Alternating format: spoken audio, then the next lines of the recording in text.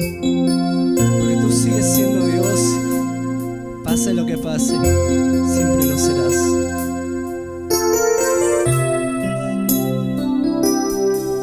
Cuando la canción termine y la música se acabe, sigue siendo Dios, sigue siendo Dios. Cuando el mundo no lo entiendo y la fe me está faltando, sigue siendo Dios, sigue siendo Dios. Y te alabaré porque eres Dios, y como tú no hay otro Dios. Sigue siendo Dios, sigue siendo Dios, y por siempre lo será.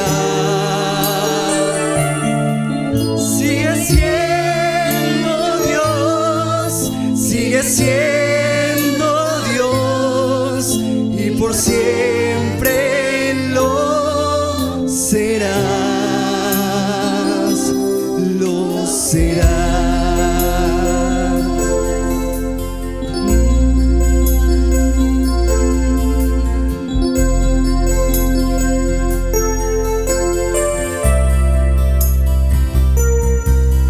Cuando la tormenta recia y mis fuerzas desfallezcan, sigue siendo Dios, sigue siendo Dios. Cuando el mar embravece y mi corazón decrece, sigue siendo Dios, sigue siendo Dios. Te alabaré porque eres Dios, y como tú no hay otro Dios. Sigue siendo Dios, sigue siendo Dios, y por siempre lo será.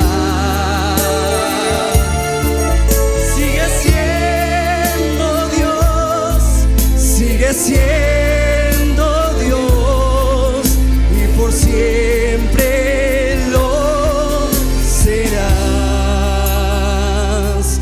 lo serás.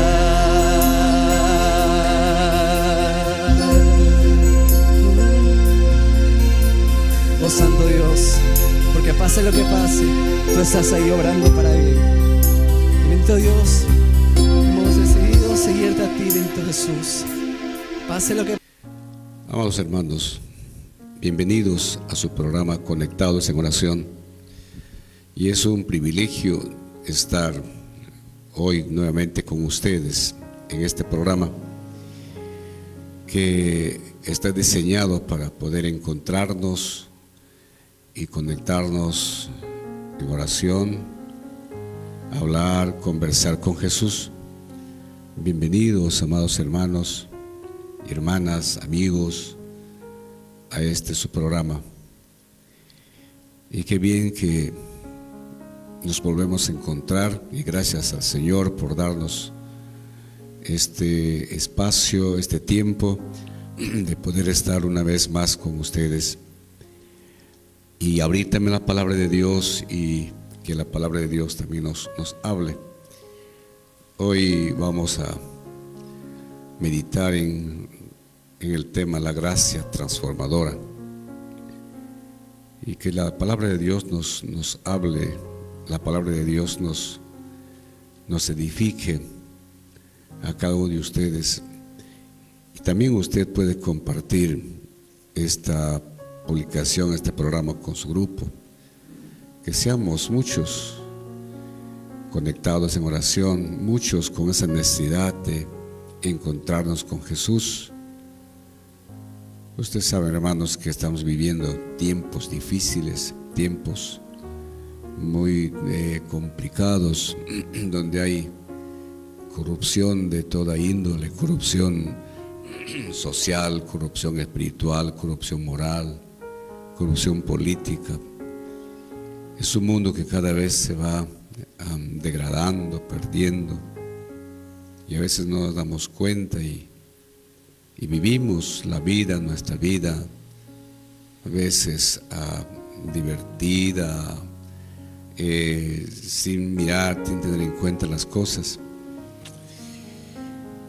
Y es tiempo como hermanos, como cristianos, meditar y siempre estar conectados con Jesús y dejarnos edificar con su palabra. Y la palabra nos dice: el que tenga oídos, oiga lo que el Espíritu dice a las iglesias, oiga su palabra, escuche lo que su palabra nos exhorta y también nos amonesta. Antes de pedir la bendición de Dios por este programa, esta mañana o este tiempo, voy a invitarles a abrir la palabra de Dios y nos vamos al Evangelio de Juan, el capítulo 8, versículos del 1 al 11. Ahí en su casita donde está usted, si tiene una Biblia, no importa la versión, usted busque en capítulo 8 del Evangelio de Juan, del 1 al 11, que nos dice: cada uno se fue a su casa, y Jesús se fue al monte de los Olivos, y por la mañana volvió al templo, y todo el pueblo vino a él, y sentado él les enseñaba. Entonces los escribas y los fariseos le trajeron una mujer sorprendida en adulterio, y poniéndola en medio le dijeron: Maestro, esta mujer ha sido sorprendida en el acto mismo de adulterio, y en la ley nos mandó Moisés apedrear a tales mujeres. Tú, pues, ¿qué dices? Mas esto decían tentándole para poder acusarle. Pero Jesús, inclinando hacia el suelo, escribía en tierra con el dedo. Y como insistieran en preguntarle, se enderezó y les dijo: el que de vosotros esté sin pecado, sea el primero en arrojar la piedra contra ella. E inclinándose de nuevo hacia el suelo, siguió escribiendo en tierra.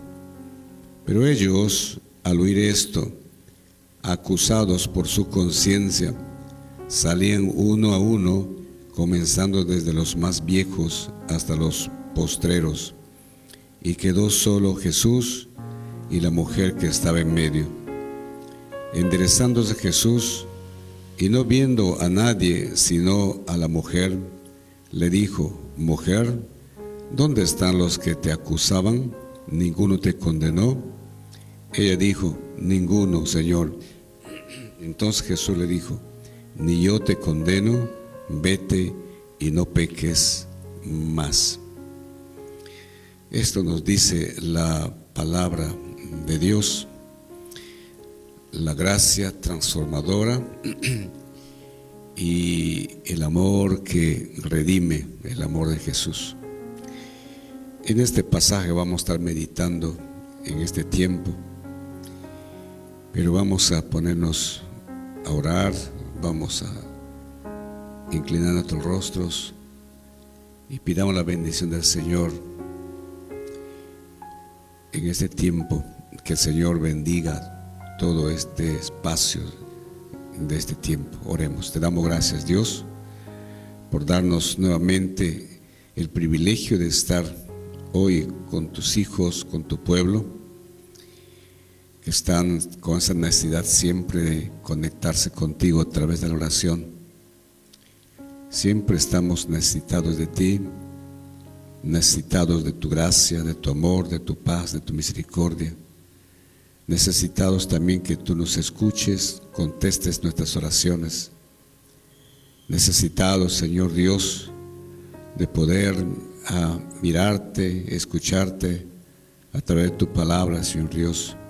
Muchas gracias porque podemos todavía mirar tu creación, respirar el aire con la vida y la salud que nos das. Muchas gracias. Podemos levantar nuestras voces, nuestras manos en señal de agradecimiento, en señal de acercamiento a ti y reconocer tu grandeza, reconocer tu soberanía, reconocer tu poder, tu omnisciencia, tu omnipresencia, Señor Dios. Padre, ¿qué haremos sin ti? ¿Qué haremos sin tu presencia, Dios? Porque tu presencia nos guía, tu presencia nos acompaña, Padre, como aquel pueblo Israel, que tú le acompañaste. Tu presencia era real en nube de día y nube de noche. Muchas gracias, Dios, por todas las bendiciones que nos das y todas las bendiciones que nos darás, Señor Dios mío, Padre celestial. Bendice a tu pueblo, bendice a tus hijos que están en este tiempo ahí en sus casas, conectados, abriendo este hilo, Señor, de la tecnología para encontrarnos juntos y hablar contigo, Padre. Bendícelos, Dios, que encontremos espacios tan hermosos, espacios tan dulces, agradables, para poder hablar, para poder postrarnos ante ti, Dios Santo. Señor, perdona nuestros pecados, que a cada momento, a diario, te faltamos, te fallamos, Dios. Perdónanos, pero también que nosotros podamos perdonar, ser perdonadores, perdonar a los que nos ofenden, perdonar a los que nos causan tal vez ciertas cosas que atenten contra nosotros, perdonarles, porque tu palabra nos dice que hay que orar y perdonar hasta nuestros enemigos. Perdónanos, Señor Dios. Padre, abrimos este espacio con tu bendición y, Dios Santo, que siempre tu presencia sea real en nuestras vidas y tú estés siempre en los hogares, Padre. En el nombre de Jesús te lo pedimos. Amén y amén. Muy bien, amados hermanos, estamos con ustedes en este tiempo. Y en verdad que, como repito, es un privilegio estar hoy con ustedes, a pesar tal vez de muchas cosas. Y abrimos la palabra de Dios que hemos dado lectura en Juan capítulo 8, versículos del 1 al 11. Y este es un pasaje que a menudo se le ha llamado y siempre se ha llamado Jesús y la mujer sorprendida en adulterio. Y esta es una historia, amados hermanos y amigos que nos siguen, una historia que nos confronta con la pecaminosidad humana, con el estado humano, con nuestro estado. Nos confronta con la justicia divina y, sobre todo, amados hermanos, miramos también aquí la gracia transformadora, la misericordia infinita de nuestro Señor Jesucristo. Y en este contexto, digamos, vamos a meditar en esta mañana. Pero analicemos un poco, hermanos, el contexto. Y aquí miramos un conflicto, una trampa, ¿no?, que le quisieron tender a Jesús. Y el pasaje comienza con Jesús en el monte de los Olivos, muy temprano en la mañana, donde Él regresa al templo. La gente siempre se le acercaba a Él y Él, como siempre, se siente a enseñarles. Y es en ese preciso momento, en ese instante, cuando se desarrolla esta escena, tal vez dramática, tal vez una escena muy tal vez fuerte que se presenta ante Jesús. Y la palabra nos dice, pero los escribas y los fariseos, fíjense, dos grupos de personas aquí, escribas y fariseos, trajeron una mujer sorprendida en adulterio. Ya estamos mirando los personajes que intervinieron, la acción o el acto que fue sorprendida, a la persona que fue sorprendida, una mujer, y poniéndola en medio, dice la Escritura, le dijeron, maestro, aquí vemos ya a Jesús, maestro, y vemos aquí la acusación de los escribas y los fariseos. Maestro, dicen, esta mujer ha sido sorprendida en el acto mismo de adulterio. Y en la ley, ahora le presentan el propósito de esa acusación. Y en la ley nos mandó Moisés a apedrear a tales mujeres. Tú pues, ¿qué dices? Imaginemos, hermanos, tú puedes imaginarte un momento la escena que está sucediendo en ese entonces. Esta mujer, probablemente humillada, ultrajada, aterrada, con miedo, porque fue sorprendida, y es arrastrada, llevada ante Jesús. Imagínense cómo habrá sido ese momento que le han tomado para que le lleven ante Jesús por aquellas personas, fariseos y publicanos, que se jactaban de su propia justicia, que se jactaban de una vida recta por ser, digamos, los que guardaban la ley. Y en verdad ellos no estaban buscando justicia.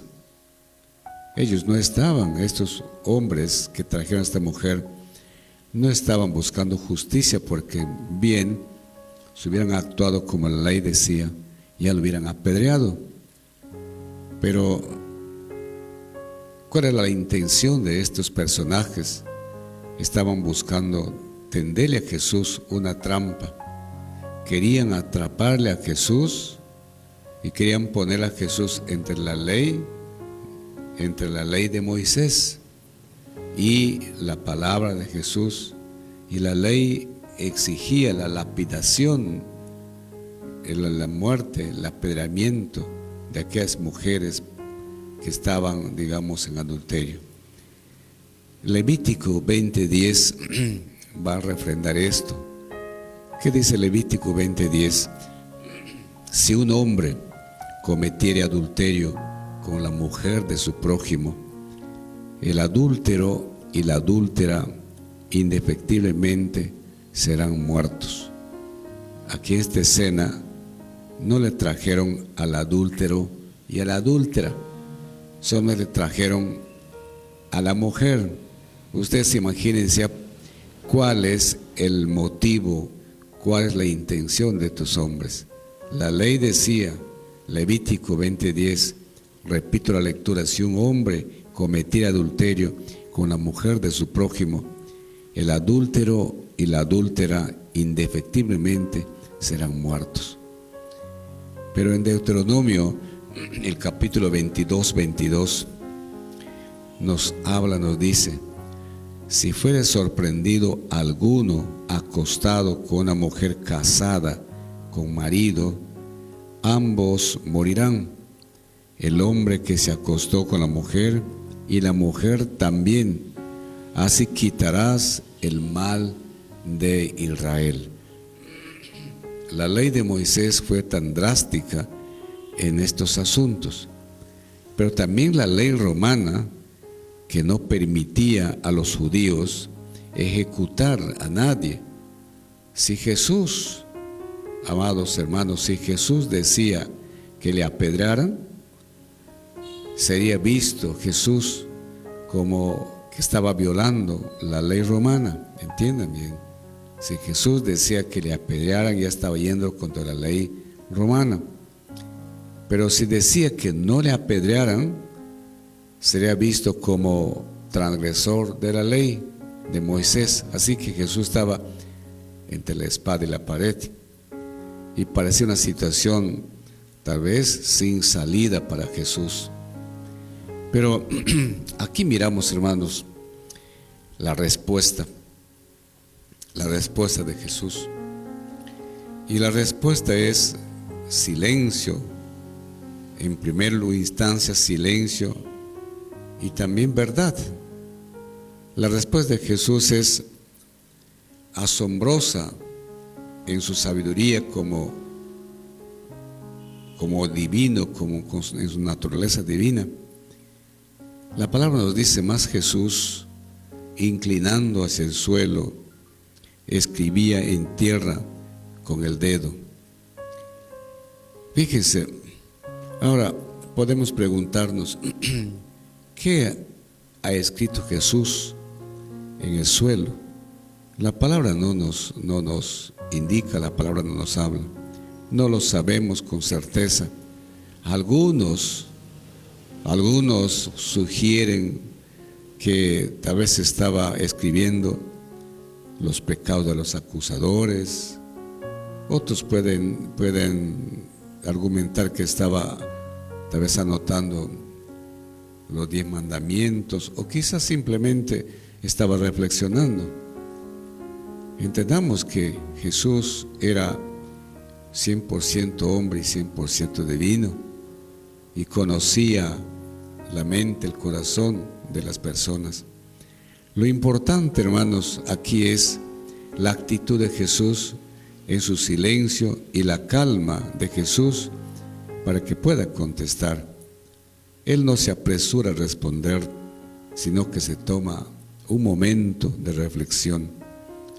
Y este silencio, hermanos, es tal vez un acto de vergüenza o de reprimenda al ímpetu, a la malicia, a la acusación, a la trampa y a la hipocresía de estos hombres publicanos y fariseos. Ellos persisten en la pregunta, y a la persistencia Jesús se levanta y pronuncia una de las declaraciones más profundas y tal vez desafiantes de la Escritura. Jesús les dice, y como insistieran en preguntarle, dice la palabra, se enderezó y les dijo: el que de vosotros esté sin pecado. Fíjese la respuesta: el que de vosotros esté sin pecado, sea el primero en arrojar la piedra contra ella. Hermanos, qué palabra tan poderosa, ¿no? Y qué verdad tan poderosa. Jesús no está negando la ley, pero tampoco Jesús está negando el pecado de esta mujer. Tenemos que entender esto, hermano. Jesús no está negando la ley con esta respuesta, pero tampoco está negando el pecado de esta mujer, está tapando el pecado. Pero Jesús redirige la acusación hacia los acusadores. Él se vuelca a los acusadores con una redirección, de la acusación. Y Jesús les confronta con su propia pecaminosidad, les confronta con su propio pecado de estos hombres. ¿Por qué, hermanos? Porque la ley no es solamente para los demás, para los otros, es para todos. La ley es para todos. La ley se ha hecho para que sea cumplida para todos. Aquellos que están tan ansiosos de condenar a otros deben primero examinar sus propios corazones en el contexto de esta palabra. Tal vez para para acusar, hay que examinar nuestros propios corazones. ¿Qué nos habla Santiago capítulo 4, versículo 11? Dice: hermanos, no habléis mal los unos de los otros. El que habla mal de un hermano o juzga a su hermano, habla mal de la ley y juzga la ley. Pero si tú juzgas a la ley, no eres cumplidor de la ley, sino juez de la ley. Lucas capítulo 6, versículo 37 nos habla: no juzguéis y no seréis juzgados, no condenéis y no seréis condenados, perdonad y seréis perdonados. El apresuramiento de estos hombres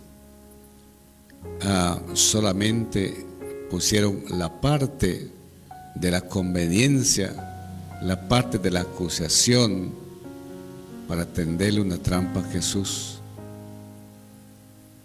Repito, hermanos, la ley es para todos. Y quizás hoy en día también sucede en nuestro medio, así como en ese tiempo. ¿Cuántos son acusados injustamente? Son maltratados injustamente, llevados por apetitos de los acusadores, por apetitos personales, por intereses personales. Hoy miramos, vemos, escuchamos en nuestro Perú tanta desigualdad, tanta inmoralidad. A veces la ley se hace solamente para un lado, pero la ley es para todos, amados hermanos. Y Jesús da la salida a los acusadores, la salida de los acusadores, para que puedan entender, digamos, de que su conciencia de aquellos es una conciencia que los acusa, que son culpables. Y la palabra de Dios, hermanos, tiene ese poder para penetrar el corazón y la conciencia. ¿Qué nos dice la Escritura? Y oyendo ellos, acusados por su conciencia, salieron uno a uno, comenzando desde los más viejos hasta los postreros, hasta los más jóvenes. Y solo quedó Jesús y la mujer que estaba en medio. Fíjense, estaba en medio de Jesús y los acusadores. ¿Por qué digo que la palabra de Dios tiene poder para penetrar el corazón y la conciencia? Cuando Dios habló, confrontó a estos hombres, le estaba mirando su corazón, le estaba hablando su corazón. Porque la palabra, hermanos, tiene poder. Dice la Escritura que la palabra es cual espada de dos filos más cortante, que penetra hasta lo profundo, hasta los tuétanos. Y también nos dice que esta palabra es poderosa para enseñar, para convencer, instruir, porque es la inspiración, la palabra inspirada por Dios. No es una palabra común, no es una palabra simple, no es una palabra, digamos, superficial, es la palabra de Dios. Aquellos hombres, los fariseos, llenos de hipocresía, son expuestos por la sabiduría de Jesús. Hermanos, la verdad nos libera, la verdad nos da libertad, no para acusar a otros, a los demás. La verdad nos libera para confrontarse a sí mismo. Si estamos en la verdad, nos podemos confrontar a sí mismo. La palabra de Dios en Salmo dice: examíname, Señor, y ve si hay en mí camino de perversidad, y guíame por el camino eterno. La conciencia, hermanos, es una digamos, brújula moral dada por Dios Y este momento Jesús les señala su propia bancarrota espiritual a estos hombres. La palabra dice, uno a uno los acusadores se van, comenzando por los más viejos, quienes quizás tenían más experiencia en reconocer la verdad de sus propias fallas. Todos fallamos. Al final solo queda Jesús y la mujer. Pero aquí miremos, amados hermanos, lo hermoso tal vez de este pasaje, la misericordia de Jesús, condenación y gracia. Y esta es la parte importante y central de este pasaje. Tal vez podemos llamar el clímax de la historia en este pasaje. La palabra dice, enderezándose Jesús y no viendo a nadie, sino a la mujer, le dijo, mujer, ¿dónde están los que te acusaban? ¿Ninguno te ha condenado? Ella dijo, ninguno, Señor. Entonces Jesús le dijo, ni yo te condeno, vete y no peques más. Esto lo encontramos en los versículos 10 y 11 de Juan capítulo 8. Y aquí vemos, hermanos, la perfecta unión de verdad y de gracia en Jesús. Jesús, no desconoce ni minimiza el pecado en esta mujer. Él no dice que el adulterio está bien. No, Él no abre ese pensamiento. Él dice, muy bien, si nadie te acusa, ni yo te acuso, pero vete, pero no peques más.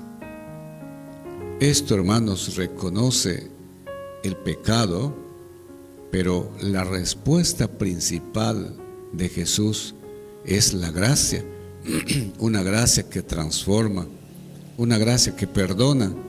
Jesús le dice, ni yo te condeno. Esta mujer pecadora se merecía la condenación según la ley.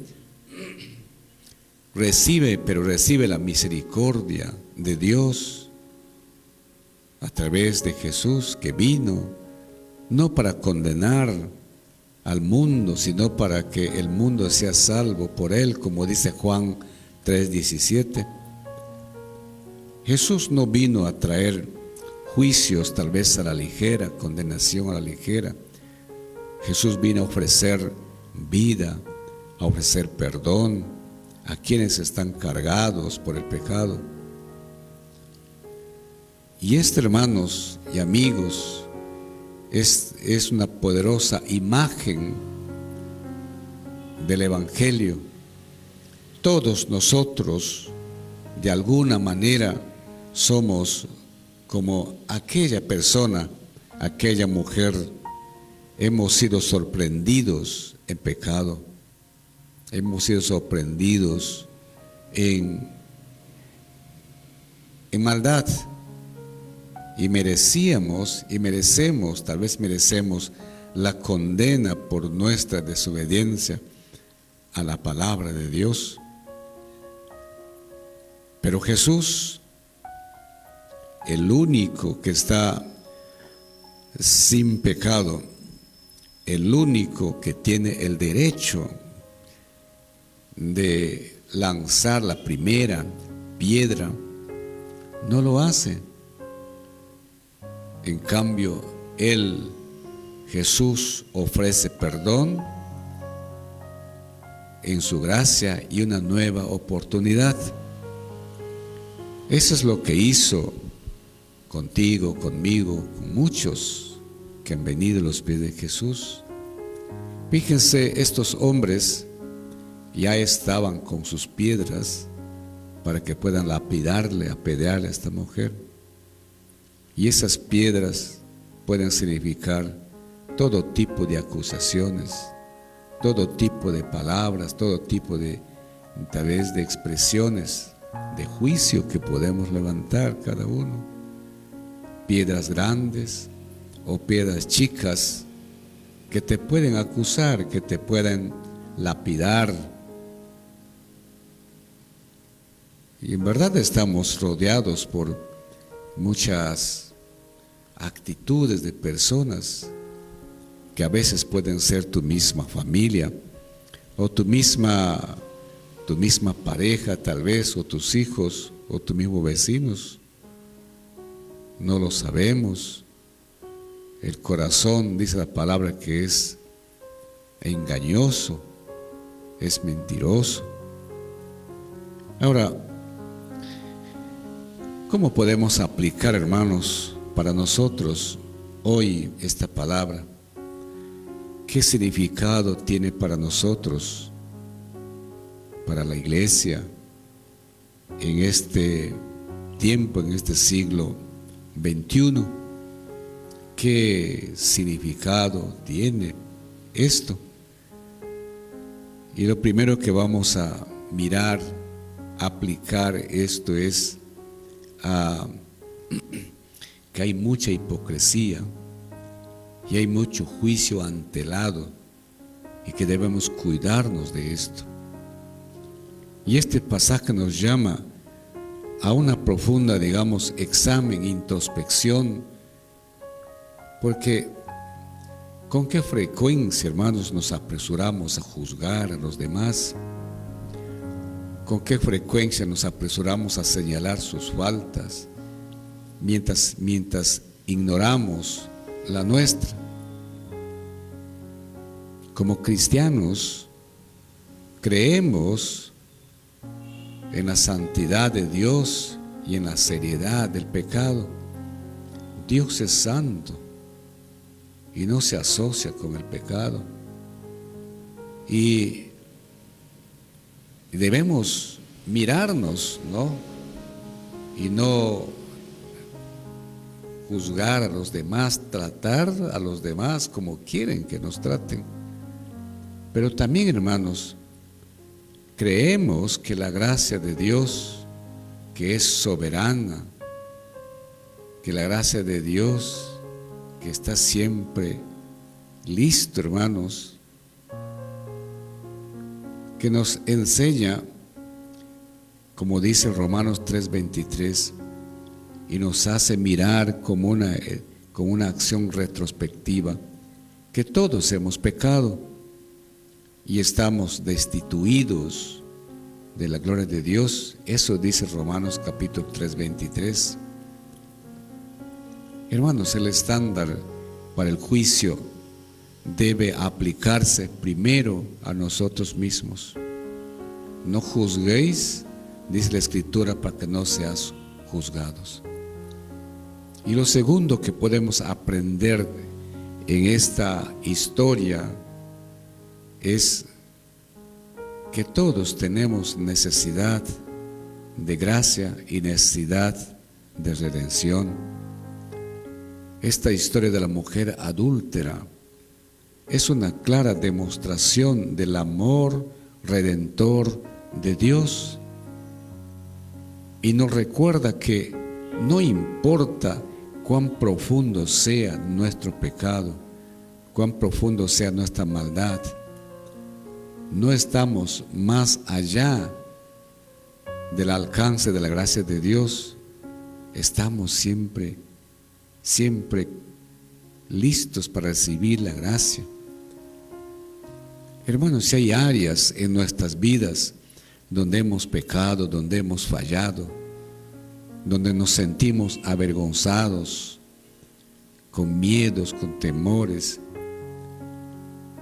esta historia, amados hermanos, nos hace entender que Jesús, y nos asegura que Jesús ofrece perdón y nos ofrece nueva vida. Él no nos condena, sino que Él invita a apartarnos del pecado y a seguir y a caminar en el camino de Jesús. La gracia es una gracia transformadora. La gracia es una gracia que perdona. Esto nos lleva a la tercera aplicación, que el poder de la gracia es un poder transformador. Es un poder transformador porque la gracia de Jesús no es una licencia para pecar. Como dice Romanos, seguiremos pecando para que la gracia abunde. En ninguna manera. Ahora, no dice, sigue pecando, no importa cómo puedas vivir.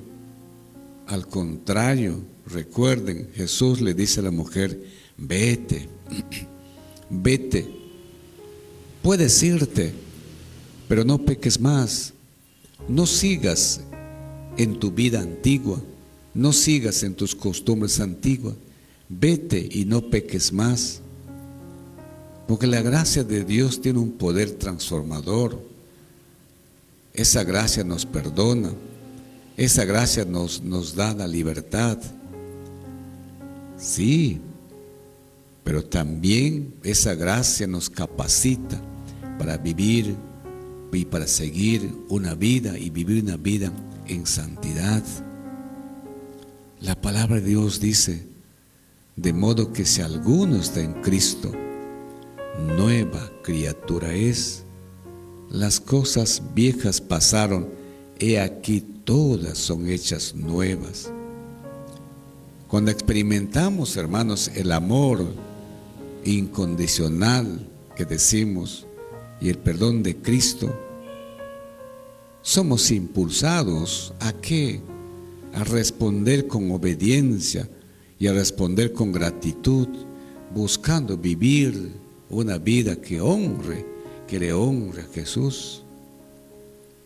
Pablo nos dice, ya no vivo yo, mas Cristo vive en mí. Y si Cristo vive en nuestras vidas, ya no somos nosotros, porque fuimos regenerados, fuimos lavados, fuimos limpiados con la sangre de Cristo, por esa gracia transformadora a través de la fe. Y esto nos lleva a la cuarta aplicación de este pasaje. Nos lleva a la iglesia, al cuerpo de Cristo, también como un lugar de refugio, un lugar de la gracia. Como iglesia, valía preguntarnos, es un lugar donde los pecadores, las personas, pueden encontrar también esa gracia y también esa restauración. La iglesia es un lugar, o tal vez la iglesia es un lugar donde son condenados y rechazados esas personas. Jesús nos da el modelo, porque a veces la iglesia no puede ser un refugio, puede ser un lugar donde no tengan espacio ellos. Pero la iglesia también debe ser un lugar de gracia, un lugar de transformación, transformadora, donde todos los integrantes de la iglesia de Cristo también son aquellas personas que han sido comprados por la sangre de Cristo, limpiados, y debemos reflejar esa gracia, ese cambio, ese gozo que Jesús hizo en nuestras vidas. No condenar, no juzgar. Debemos ser una comunidad donde el arrepentimiento, o donde el arrepentido, donde la persona es bienvenido y donde la restauración es posible, que podemos restaurar siempre bajo la gracia de Dios y la guía de la palabra de Dios y el poder de su Espíritu. ¿Cuántos se alejan de la comunidad cristiana por nuestras actitudes de juicio, por nuestras actitudes de prejuicios muchas veces? La iglesia, siempre les digo, es un lugar, un hospital de enfermos espirituales. donde todos acuden por su necesidad, su enfermedad espiritual, donde muchos acuden para encontrar salud, para encontrar la armonía, para encontrar el reflejo, el carácter de Cristo en los hermanos, en la comunidad, pero muchas veces no es así. Amados hermanos y hermanas, que en este tiempo la historia de Juan capítulo 8 versículo 1 al 11 no es solo un relato, una historia antigua, es una verdad viviente que resuena hoy, que sigue resonando hoy, donde nos recuerda la pecaminosidad de la humanidad y también nos habla de la santidad de la ley de Dios, pero por sobre todo nos hace ver la asombrosa gracia, misericordia de Jesucristo, porque Él es el único que puede decir: ni yo te condeno, vete y no peques más. Él es el único que puede ofrecernos un nuevo comienzo, una nueva alternativa, una nueva vida. Por tanto, amados hermanos y amigos que nos escuchan, acerquémonos a Cristo, acerquémonos a Él con nuestros pecados, con nuestras cargas, con nuestras fallas, con nuestras debilidades, con nuestras vergüenzas, al igual que esta mujer de esta historia. Reciban y recibamos, recibe el perdón, su gracia, su mandato transformador de Jesús. Y puedes escuchar: vete y no peques más. Hermanos, que nuestras vidas sea un testimonio de la gracia redentora que hemos recibido, y que nosotros seamos instrumentos de esa gracia en un mundo que desesperadamente necesita de Jesús, necesita de la gracia. Y los invito, amados hermanos, a mirarnos retrospectivamente nuestra vida y no levantar acusaciones, no levantar prejuicios. Y os invito a aquellas personas que nos escuchan también, así como esta mujer recibió el perdón de Cristo, también tú necesitas el perdón de Cristo, la salvación de Jesús. No sigas con tu pecado, no sigas con tu maldición, no sigas con tu carga. Jesús te dice: venid a mí, los que estáis cargados y trabajados, que yo os haré descansar. Conéctate con nosotros, síguenos en nuestras redes sociales y mantente al tanto de todo lo que sucede en la Iglesia Evangélica Presbiteriana. Encuéntranos en Facebook y YouTube, donde podrás disfrutar de predicaciones, eventos especiales y mensajes de esperanza. No te lo pierdas, únete a nuestra comunidad y sé parte de lo que Dios está haciendo en nuestras vidas. Síguenos ahora.